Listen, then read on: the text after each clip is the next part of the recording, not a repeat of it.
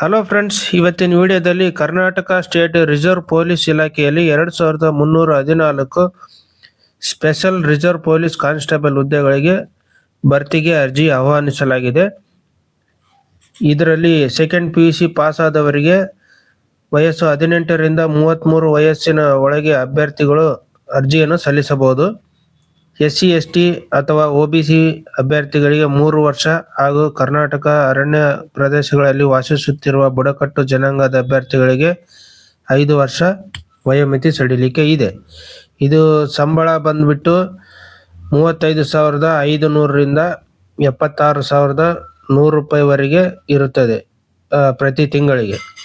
ಅರ್ಜಿ ಸಲ್ಲಿಸುವ ಕೊನೆಯ ದಿನಾಂಕ 10 ಆಗಸ್ಟ್ 2026. ಒಟ್ಟು ಹುದ್ದೆಗಳು 2314. ಈ ಕರ್ನಾಟಕ ಸ್ಟೇಟ್ ರಿಸರ್ವ್ ಪೊಲೀಸ್ ಇಲಾಖೆ ಇದು ಸ್ಪೆಷಲ್ ರಿಸರ್ವ್ ಪೊಲೀಸ್ ಕಾನ್ಸ್ಟೇಬಲ್ ಹುದ್ದೆಗಳಿಗೆ ಯಾವ ರೀತಿ ಅರ್ಜಿ ಹಾಕ್ಬೇಕಂತ ಮುಂದಿನ ವಿಡಿಯೋದಲ್ಲಿ ನಾನು ತಿಳಿಸ್ಕೊಡ್ತೀನಿ. ಈ ನೋಟಿಫಿಕೇಶನ್ ಅನ್ನು ಎಲ್ಲರಿಗೂ ಶೇರ್ ಮಾಡಿ ಮತ್ತು ಈ ವಿಡಿಯೋಗೆ ಒಂದು ಲೈಕ್ ಮಾಡಿ.